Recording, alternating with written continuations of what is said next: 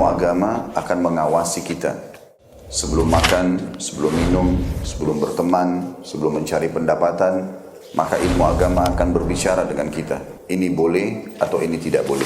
Oleh karena itu, ulama mengatakan kita lebih butuh terhadap ilmu agama ini daripada makanan pada saat sangat lapar, air pada saat sangat dahaga, dan juga tempat tidur pada saat kita sangat capek. Ghazwa TV, media dakwah masa kini. Bismillahirrahmanirrahim. Assalamualaikum warahmatullahi wabarakatuh. Innal hamdalillahi nahmaduhu wa nasta'inuhu wa nastaghfiruh wa na'udzu billahi min syururi anfusina wa min sayyiati a'malina. Man yahdihillahu fala mudhillalah wa man yudlil fala hadiyalah. Asyhadu an la ilaha illallah wahdahu la syarikalah wa asyhadu anna Muhammadan 'abduhu wa rasuluhu la nabiyya ba'da. Allahumma shalli wa sallim wa barik ala nabiyyina Muhammad wa ala alihi wa sahbihi wa mawalah. Wa bishrah li sadri wa yassir li amri wa hlul 'uqdatam min lisani yafqahu qawli. Allahumma 'allimna ma yanfa'una wanfa'na bima 'allamtana warzuqna ilma ya rabbal alamin. Alhamdulillah, kita bersyukur kepada Allah Subhanahu wa taala. Allah masih memberikan kita kekuatan, kesempatan untuk melaksanakan kewajiban kita. Karena memang tujuan Allah Subhanahu wa taala menciptakan kita di dunia ini adalah untuk beribadah kepada Allah Subhanahu wa taala, sebagaimana firman-Nya, "Wa ma khalaqtul jinna wal insa illa liya'budun." Dan juga hikmah dari Allah menciptakan manusia itu adalah salah satunya adalah untuk Allah disembah, dikenal. Dan manusia diciptakan di dunia ini adalah sampai kita wa'bud rabbaka hatta ya'tiyakal yaqin. Dan sembahlah Allah Subhanahu wa taala sampai datangnya keyakinan itu sendiri, yaitu ajal dan maut ketika sudah datang kepada diri manusia itu sendiri. Dan Allah Subhanahu wa taala menciptakan manusia atas iradah wal masyiah, atas keinginan dan kehendak Allah Subhanahu wa taala. Dan itu Allah juga memiliki hikmah dari penciptaan manusia itu sendiri, dan adalah untuk Allah Subhanahu wa taala disembah, dikenal karena hikmahnya dan kesempurnaan Allah Subhanahu wa taala. Na uridu minhum min rizqin wa ma uridu ay yut'imun. Allah Subhanahu wa taala tidak menghendaki sedikit pun rezeki dari mereka, dan Allah tidak pernah menghendaki agar mereka memberi makan kepadaku. Artinya menunjukkan kekuasaan Allah Subhanahu wa taala. Allah yang menciptakan kita, Allah memiliki kekuatan untuk menciptakan kita dan mengatur seluruh apa yang ada di muka dunia ini. Wa huwa yut'im wa la yut'am. Dan Allah juga yang memberi makan sedangkan dia tidak diberi makan. Menunjukkan kekuasaan Allah Subhanahu wa taala. Maka kita di dunia ini adalah semata untuk menyembah Allah Subhanahu wa taala, dan itu semua atas iradah wal masyiah dari Allah Subhanahu wa taala. La yus'alu anna yaf'alu wa hum yus'alun. Dan keinginan penciptaan Allah Subhanahu wa taala bagaimana detailnya kita tidak bisa mempertanyakan, karena ini adalah lepas dari keinginan seperti halnya keinginan manusia. Ini adalah keinginan dan kehendak pribadi mutlak Allah Subhanahu wa taala, dan tidak kita punya hak untuk mempertanyakannya. Ya, dia tidak pernah dan tidak berhak untuk mempertanyakan. Yang ada adalah kewajiban kita di dunia ini untuk menyembah Allah Subhanahu wa taala. Maka seiring dengan kita pembahasan siang hari ini, kita masuk kepada hadis yang kelima. Hadis Ummul Mukminin Ummu Abdullah Aisyah radhiyallahu taala anha qalat, qala Rasulullah sallallahu alaihi wasallam, man ahdatha fi amrina hadza ma laysa minhu fahuwa raddun. Ini lafaz Bukhari. Dan lafaz Muslim berikutnya, man amila amalan laisa alaihi amruna fahuwa raddun.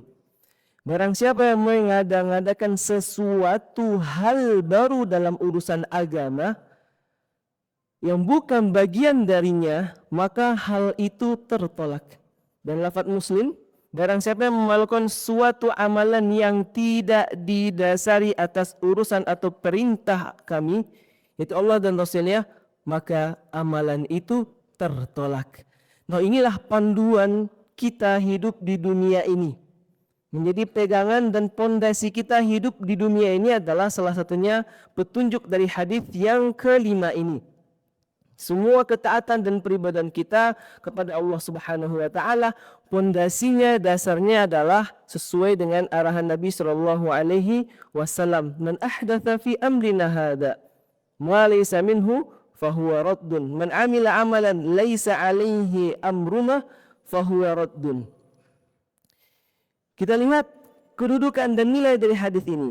Al-Mu'allif Imam Ibn Rajab Al-Hambali menjelaskan kedudukan hadis ini aslun azim min usulil Islam. Ini adalah poros dan pondasi yang harus kita pegang dalam kita beragama. Al-Mu'allif menjelaskan bahwasanya hadis yang kelima ini kal mizani li a'mal fi zahiriha. Ini adalah menjadi timbangan, acuan bagi kita di dunia ini untuk beramal yang tampak, yaitu berupa peribadahan dan ketaatan kita kepada Allah Subhanahu wa taala. Inilah acuan kita, yaitu berdasarkan Al-Qur'an dan Al-Hadis. Amal lahiriah petunjuknya dari hadis yang kelima ini. Sedangkan hadis yang pertama, innamal a'malu binniyat, Al-Mu'allif sebutkan kal mizan lil a'mal fi batiniha. Sedangkan hadis innamal a'malu binniyat itu menjadi timbangan amalan seseorang itu yang tidak tampak, yaitu amal batinnya. Fakama anna kulla amalin la yuradu bi wajhillahi ta'ala falaysa li'amilihi fi thawabun. Sebagaimana setiap amalan yang tidak ada tujuannya untuk mencari ridha Allah dan wajah Allah Subhanahu wa taala, maka tidak ada pahala dari Allah Subhanahu wa taala. Fakadzalika kullu amalin lama yakunu alaihi amrullahi wa rasuluhu fahuwa mardudun ala amilihi. Dan setiap amalan yang tidak ada perintahnya dari Allah dan Rasulnya, maka semua amal itu tertolak dari pelakunya. Wa kullu man ahdatsa fid din ma lam ya'dzan bihi Allah wa rasuluhu falaysa min ad-din fi syai'.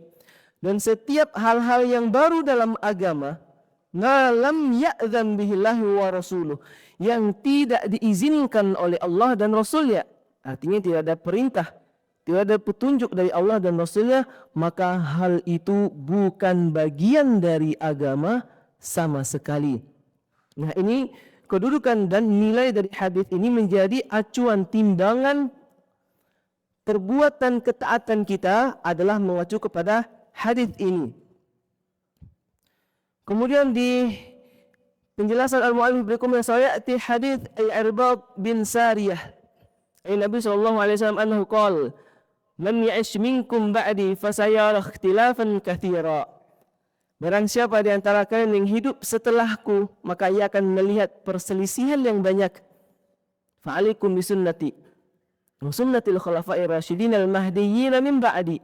Maka bagi kalian harus berpegang teguh kepada sunnahku dan sunnah khulafa'ur rasyidin, khalifah yang 4. Aku alaiha bin nawajid, dan genggamlah, gigitlah sunnah tersebut dengan di geraham kalian. Wa iyyakum wa muhdatsatil umur fa inna kulla muhdatsatin bid'ah wa kulla bid'atin dolalah. Jauhilah oleh kalian perkara-perkara yang diada-adakan dalam agama ini, karena sungguhnya setiap perkara yang diada-adakan adalah bid'ah, dan setiap bid'ah adalah kesesatan.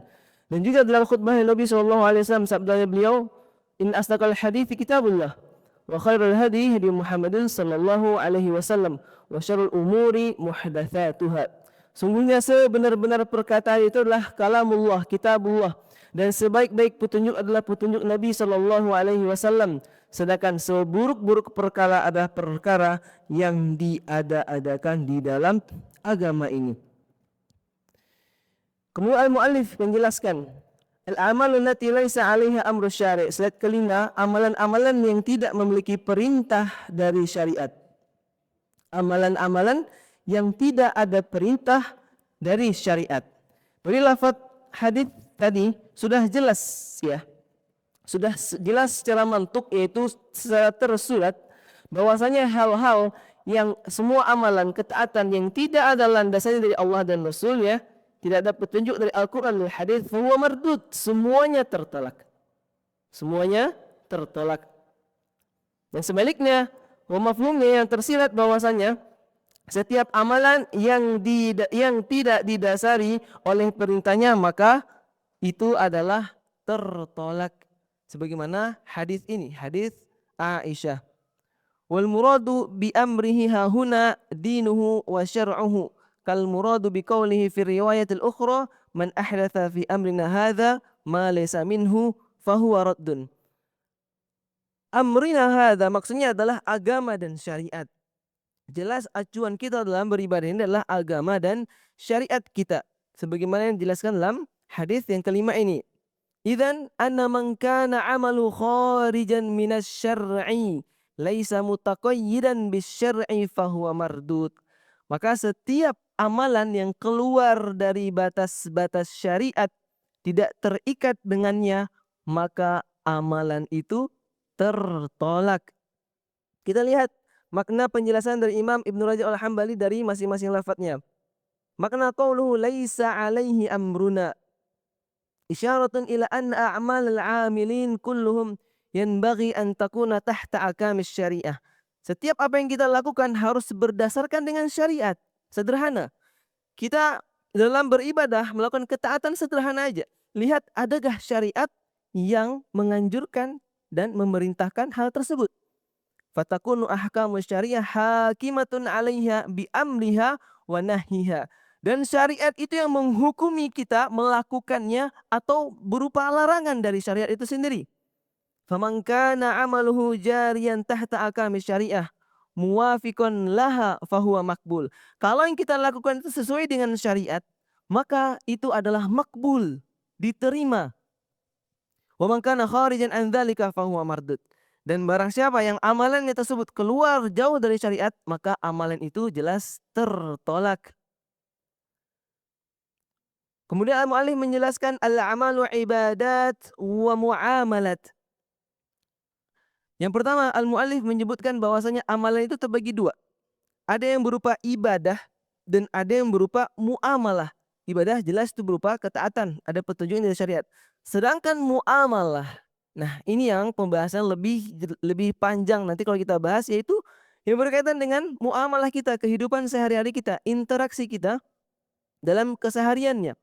Al-mu'allif menjelaskan kategori ibadah wa muamalah. Fa ammal ibadat fama kana minha kharijan an hukmillahi wa rasulihi bil kulliyah fahuwa mardudun ala amilihi. Dari segi ibadah, ya, barang siapa yang keluar dari hukmullah, dari hukum Allah dan Rasulnya secara keseluruhan, maka itu adalah tertolak bagi pelakunya. Wa amilu yadkhulu tahta qoulihi, dan pelakunya masuk dalam firman Allah Subhanahu wa taala.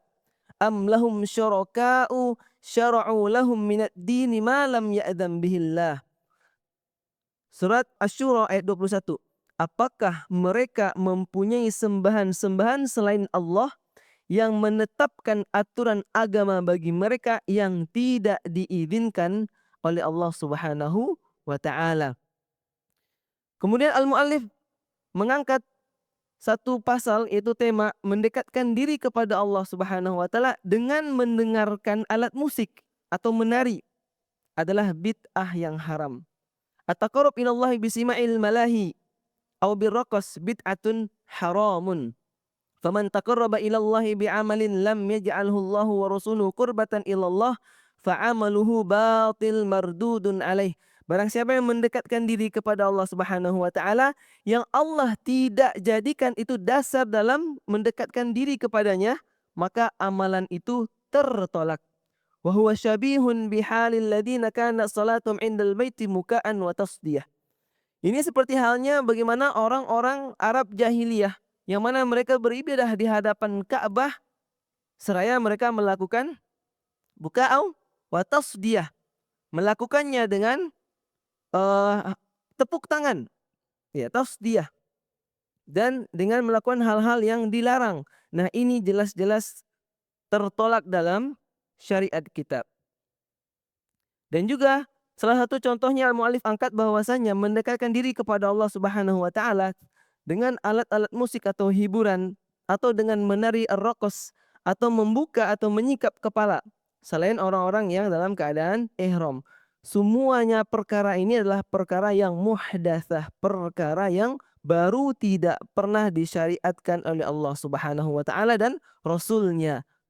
Dan ini sama sekali bukan perintah Allah yang dijadikan sarana untuk mendekatkan diri kepada Allah oleh orang-orang yang jahil, orang-orang yang jahiliyah di zaman tersebut. Al-Mu'allif juga menyebutkan mayakunu qurbatan fi ibadatin qad la yakunu qurbatan fi siwaha. Suatu hal yang bernilai ibadah pada tempat tertentu belum tentu bernilai ibadah pada tempat yang lain.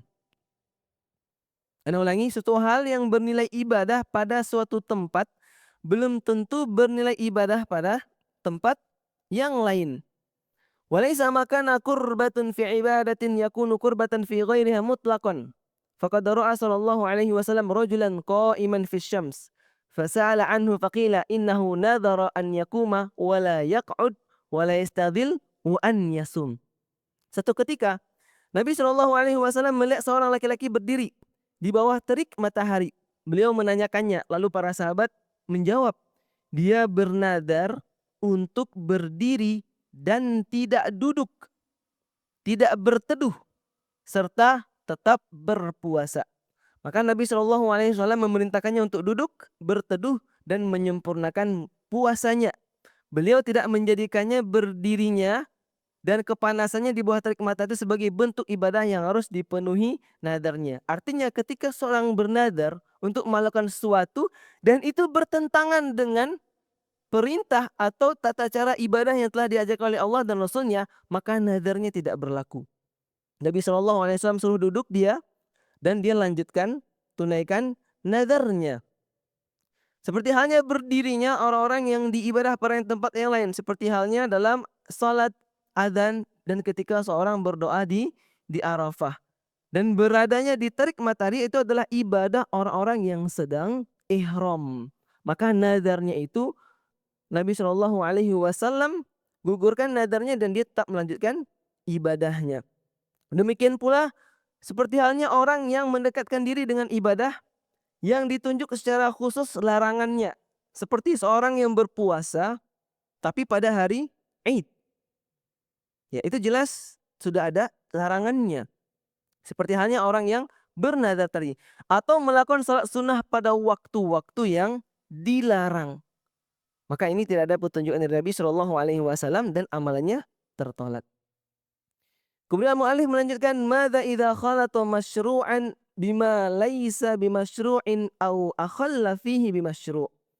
Ada beberapa kaidah ya yang disebutkan oleh mu'allif di sini, bagaimana jika seseorang mencampur amalan yang disyariatkan dengan yang tidak disyariatkan atau mengurangi hal yang disyariatkan itu sendiri. Ya. Di slide yang ke-9, al-mu'allif menyebutkan wa amma man 'amila 'amalan asluhu masyru'un wa qurbatun tsumma adkhala fihi ma laysa bimasyru' au akhalla fihi masyru'. Ada suatu ibadah yang sebenarnya itu ada syariatnya, tapi ditambahkan dengan cara ibadah yang tidak ada syariatnya, atau dia mengurangi atau dia mengurangi dengan sesuatu yang disyariatkan. Paham nggak ikhwah? Sebagai contoh, ya. Sebagai contoh, kita hukumi dulu. Fahadha lama yutlaqul qaul fihi biraddin wala qabulun bal yundar fihi. Maka orang yang melakukan hal ini, orang yang melakukan suatu amalan yang pada dasarnya ada syariatnya, ada nilainya kurbah, mendekatkan diri kepada Allah Subhanahu wa taala. Kemudian ia masukkan di dalamnya hal yang tidak ada syariatnya, tidak ada perintahnya, tidak ada petunjuk dari Allah dan Rasul, atau dia mengurangi ibadah tersebut yang sudah ada dalam syariatnya, maka ini amalan tergolong menyelisihi syariat sesuai dengan kadar pengurangan atau penambahannya. Nah, bagaimana hukum amalan ini? Nah, mu'allif menjelaskan, fa in kana ma akhalla bihi min ajza'il amal aw syurutihi mujiban li butlanihi fi syariah. Perhatikan, ada 3 hukum yang dijelaskan oleh mu'allif jika hal yang dikurangi merupakan bagian dari rukun ibadah itu sendiri atau syarat yang menyebabkan batalnya amal tersebut menurut syariat, maka amalan ini tertolak, batal secara keseluruhan. Seperti halnya orang yang mau sholat tapi dia tidak bersuci, sholatnya sah nggak? Tidak. Karena ini termasuk syarat sahnya. Apalagi seorang yang sholat tetapi dia menambah rukuknya, sujudnya atau rakaatnya. Maka itu jelas tertolak amalan ibadah yang seperti ini. Dia ditambah atau dia kurangi dan itu termasuk rukun atau syarat sah dari ibadah tersebut. Paham ya ikhwah? Bisa jadi juga seorang yang sholat tanpa membaca surat Al-Fatihah. Dia menghilangkan salah satu rukunnya. Maka sholatnya sudah tertolak dan dia wajib mengulangi sholatnya. Berpuasa Ramadan, tapi dia nggak niat. Jelas dia tidak niat. Jelas itu adalah rukun dari ibadah puasa Ramadan. Maka amalannya tertolak. Kemudian dia berwudu, tapi dia tidak urut. Apakah wudunya sah? Tidak. Karena salah satu rukunnya adalah at-tartib. Harus sesuai dengan urutannya. Ada juga orang yang tawaf, beribadah tawaf, tapi dia lakukan hanya 6 putaran. Atau dia lebihkan 8 putaran. Maka tawafnya juga tidak sah. Maka ini yang pertama, jika dia tambahkan dia kurangi berkaitan dengan rukun dan syarat sahnya, maka amalan itu tertolak. Hukum yang kedua, wa in kana ma akhalla bihi lima yujibu butlan amal kaman akhalla bil jamaah lis shalah al maktubah inda man yujibuha wa la yaj'aluha syartan fa hadha la yuqalu in amaluhu mardud min aslihi bal huwa naqis. Jika hal yang dikurangi tidak menyebabkan batalnya amalan. Jika hal yang dikurangi itu tidak menyebabkan batalnya amalan. Seperti orang yang meninggalkan sholat berjamaah untuk sholat fardu. Ini menurut pendapat ulama yang mewajibkannya ya. Namun tidak menjadikannya sebagai syarat sah sholat. Maka amalannya tidak tertolak secara keseluruhan. Melainkan ibadahnya itu naqis. Apa artinya naqis? Kurang atau cacat ibadahnya. Ibadahnya sah. Tapi pahala yang dia dapatkan naqis. Ya. Yang tidak, apalagi tambahan atau kurangan yang dia lakukan dalam ibadah tersebut tidak berkaitan dengan rukun dan syarat sahnya, maka amalan itu naqis, ya, berkurang nilainya. Sebagai halnya contoh, seseorang yang melakukan haji tapi meninggalkan mabit di Muzdalifah atau di Mina. Mayoritas ulama menyebutkan mabit itu adalah kewajiban haji, bukan rukun. Maka hajinya tetap sah, tapi yang melakukannya adalah berdosa jika tanpa uzur. Dan konsekuensinya wajib membayar dam. Kemudian seorang yang tidak membayar zakat fitrah tepat waktu, diundur hingga setelah salat Id tanpa uzur, maka kewajiban zakatnya tetap menjadi tanggungan yang harus dibayar alias dia qadha. Tetapi pahala khusus zakat fitrahnya berkurang dan terhitung sebagai sedekah biasa. Maka artinya jika ada penambahan dan pengurangan bukan berkaitan dengan rukun dan syarat sah, maka amalannya menjadi naqis, berkurang kesempurnaan pahalanya.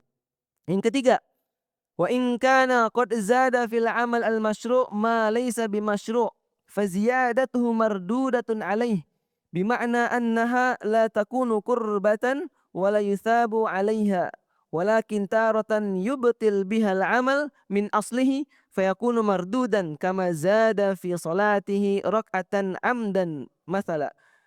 Yang ketiga, jika ia menambah hal yang tidak disyariatkan ke dalam amalan yang disyariatkan, ini adalah hal yang baru.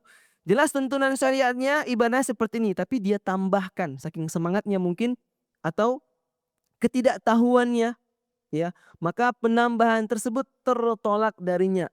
Dalam arti penambahan itu tidak bernilai kurbah atau tidak bernilai ibadah pendekatan kepada Allah dan tidak berpahala atas penambahan tersebut. Tapi ada dua dampak yang dijelaskan oleh mu'allif. Terkadang penambahan itu membatalkan amalan secara keseluruhan. Seperti seorang yang sholat menambah 1 rakaat dan dia mengetahuinya. Terkadang tidak membatalkan amalan dan tidak menolaknya secara keseluruhan. Seperti orang yang berwudu, dia basuh sebanyak 4 kali, 5 kali. Ya. Orang yang menyambung puasanya Pagi hari dia puasa, dilanjut malamnya. Puasanya sah. Ketika dia melanjutkan, maka itu tidak ada syariatnya, dia tidak yusabu alaiha, tidak berpahala atasnya. Nah, ini tiga hukum yang disampaikan oleh al-muallif perkara jika amalan kewajiban tersebut ada yang ditambahkan dan ada yang dikurangi. Ana ulangi, yang pertama, jika itu bagian dari rukun dan syarat dari ibadah tersebut, maka amal itu tertolak mutlak. Yang kedua, jika hal yang dikurangi tidak menyebabkan batalnya amalan, ya, maka itu termasuk amalannya menjadi naqis, berkurang pahalanya secara keseluruhan. Dan ketiga, jika ia menambahkan hal yang tidak disyariatkan ke dalam amalan tersebut, maka dihukumin dua. Terkadang membatalkan amalan secara keseluruhan, seperti dia menambah rakaat di salat, dan terkadang tidak membatalkan amalan dan tidak menolaknya secara keseluruhan, dan ini biasanya ada di amalan sunnah seperti wudu yang dia lakukan sebanyak 4 kali, 5 kali, dan seterusnya. Kemudian dalam pembahasan berikutnya al-muallif juga menyebutkan wa madza law badala ma'muran bihi bimanhi anhu. Bagaimana jika mengganti hal yang diperintahkan itu dengan hal yang dilarang? Perhatikan, bagaimana dia melakukan perintah syariat itu, tapi di dalamnya ada hal yang dilarang. Seperti contoh, orang yang menutup aurat dalam sholat, itu perintah ya, dalam sholat kita, tapi menggunakan pakaian yang haram. Seperti halnya kain dari hasil curian.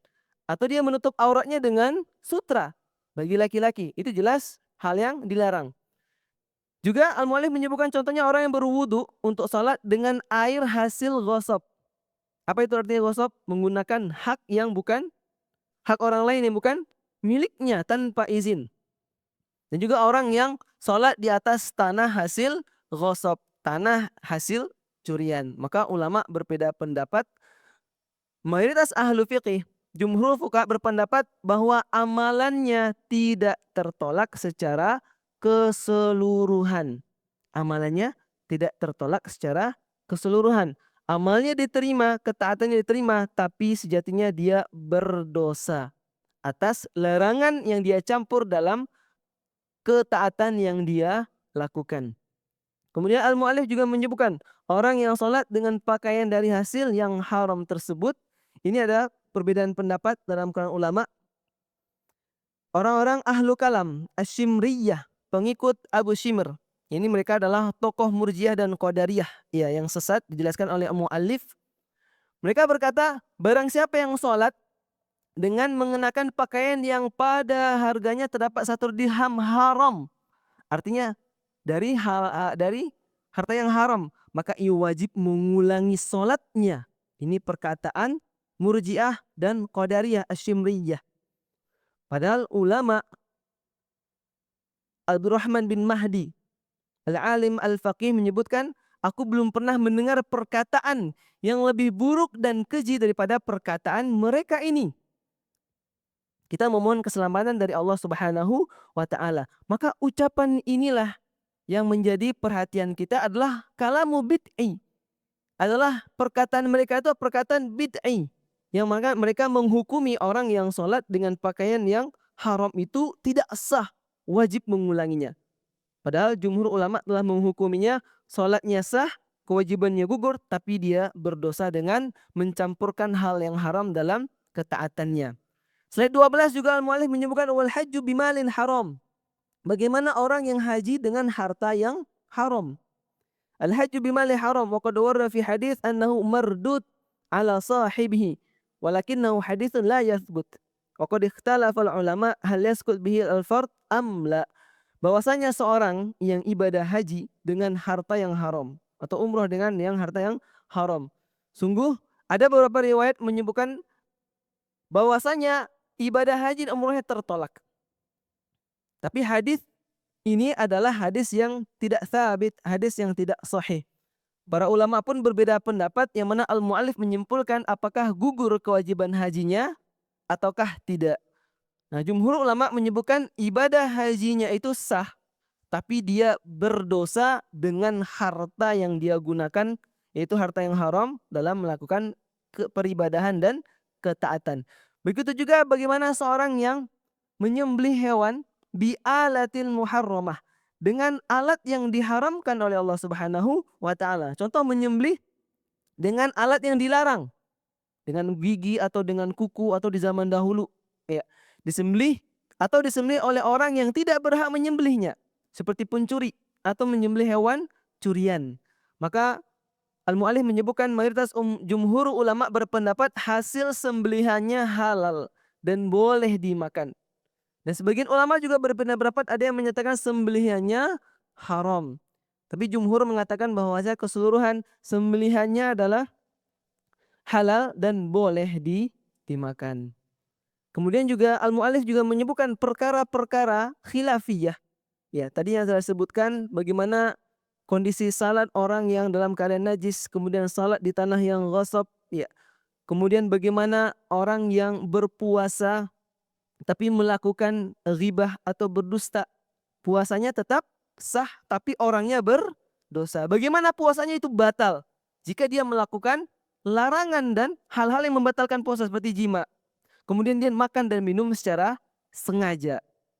Kemudian yang terakhir juga Al-Mu'allif menyebutkan bagaimana perkara i'tikaf yang membatalkan.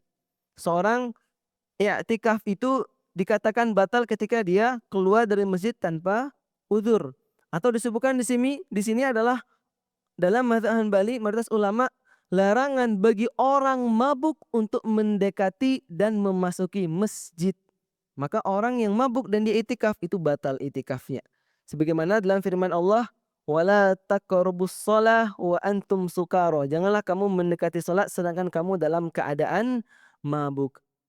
Maka pembahasan-pembahasan seperti ini yang menjadi acuan kita adalah ketika kita menghadapi perbedaan, penambahan, pengurangan dalam peribadahan kita, kuncinya hanya satu, kembali kepada hadis ini, man ahdatsa fi amrina hadza ma laisa minhu fahuwa raddun. Sederhana. Man amila amalan laisa alaina amruna fahuwa raddun. Maka perlu kita untuk mempelajarinya dengan baik, perlu kita untuk menambah ilmu kita bagaimana hukum dari setiap ketaatan yang kita lakukan, apakah tata cara yang kita lakukan sesuai dengan syariat Allah Subhanahu wa taala, agar diterimanya amal ibadah kita itu dengan dua syarat. Yang pertama karena wajah Allah, dan yang kedua mutaba'atus sunnatin Nabi sallallahu alaihi wasallam. Kemudian berikutnya insyaallah pertemuan berikutnya Al-Mu'allif menyebutkan perkara yang berkaitan dengan muamalah. Tadi kita berbicara seputar ibadah saja. Kemudian Al-Mu'allif menyebutkan perkara al-muamalah. Bagaimana perkara muamalah itu jika dikaitkan dengan hadis yang kelima ini. Sampai di sini pembahasan kita.